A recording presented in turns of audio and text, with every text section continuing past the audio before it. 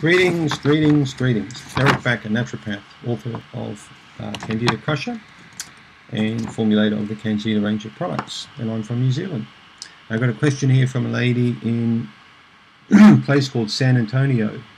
San Antone, I think that's in Texas. That reminds me of the 1973 Doobie Brothers song, China Grove. I think it's got San Antone in there, so pretty cool band.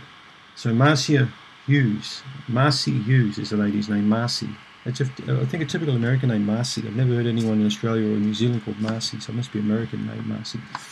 Is it in Texas? I think it's in Texas. Anyway, Marcy's asking me, Eric, is fatigue related to Candida?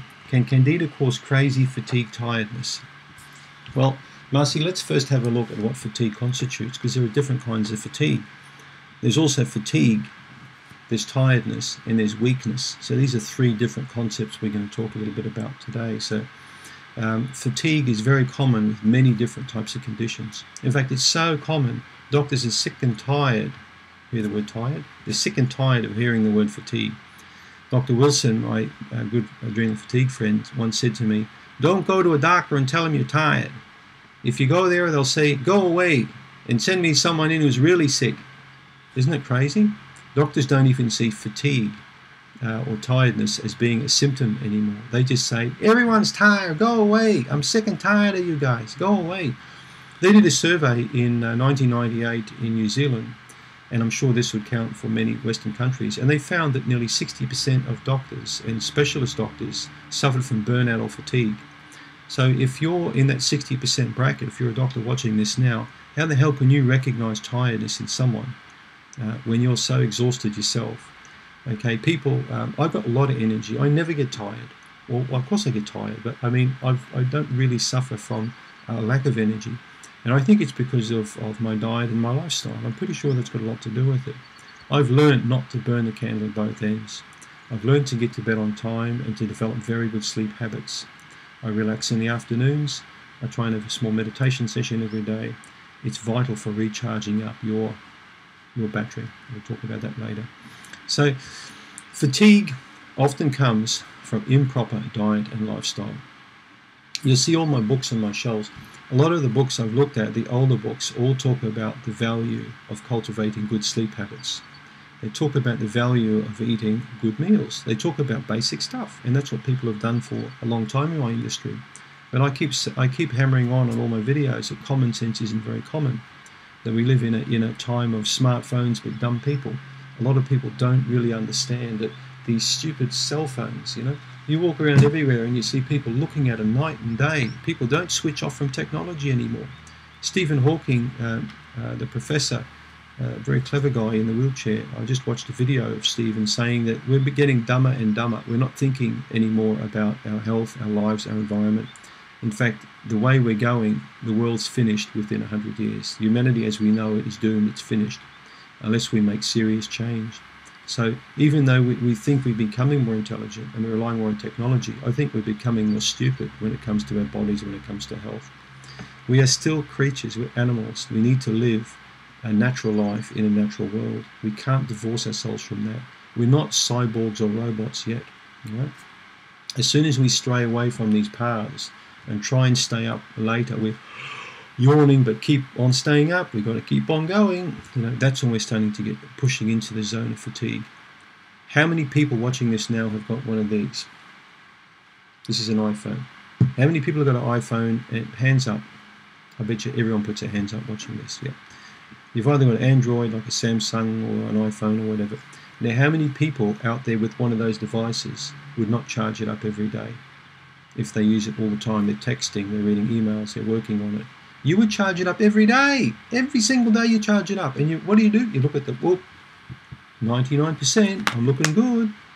Now I'd love to see humans being created with some sort of device on their arm with bars, 1 bar, 2 bar, 4 bars. Full power today, and we're good to go, But you know what? I think most people wake up with 2 bars or 3 bars, and then they discharge their energy, and then halfway during the day they've got no energy left. So they have a couple of cups of coffee and a muffin, or they take some uppers or pills or whatever they take to think they can develop energy. You develop energy by walking every day, by sleeping every day, by chewing food properly every day, by breathing correctly every day, by drinking plenty of water, by doing basic health habits. That's how you develop energy. A healthy body generates ample energy, and it will conserve that energy and save it for you when you need it, when you want to discharge that energy. The first thing I would say to you, Marcy, with the fatigue, the fatigue is to check out your digestive function, to make sure that you're eating properly, you're chewing properly, eating at regular times, eating quality food. You're not relying on 7 or 8 cups of coffee a day. It's not going to work. So that's the first thing I'm going to get you to do. Fatigue and tiredness and weakness, they're 3 different creatures altogether, okay? So weakness, to me, is more like you're finding it difficult to pick objects up. You're going through your knees occasionally when you're walking, okay? You haven't got a lot of stability, a lot of core strength, all right? You find it difficult to walk up hills. Weakness often goes with unfitness.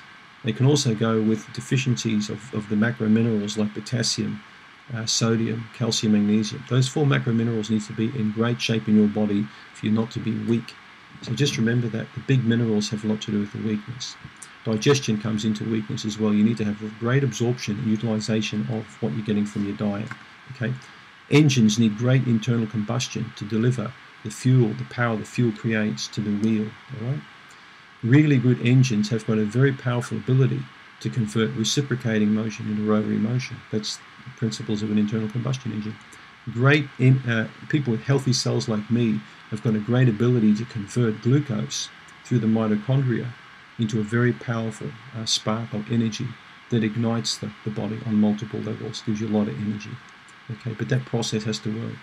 You need to have a lot of magnesium, you need to have a lot of B vitamins, everything's got to be in place. Good nutrition, good power. Good digestion, excellent power. Just remember that. Poor gut function, that's where you've got to start to get that working, okay? Fatigue and weakness are different things. Fatigue really is, generally, when I hear the word fatigue, I'm starting to think about adrenal problem. I'm thinking thyroid dysfunction. Those are the 2 major glands that are coming into fatigue, that word fatigue. Endocrine dysfunction, hormonal problems. Okay, weakness, think a little bit about more biochemical dysfunction.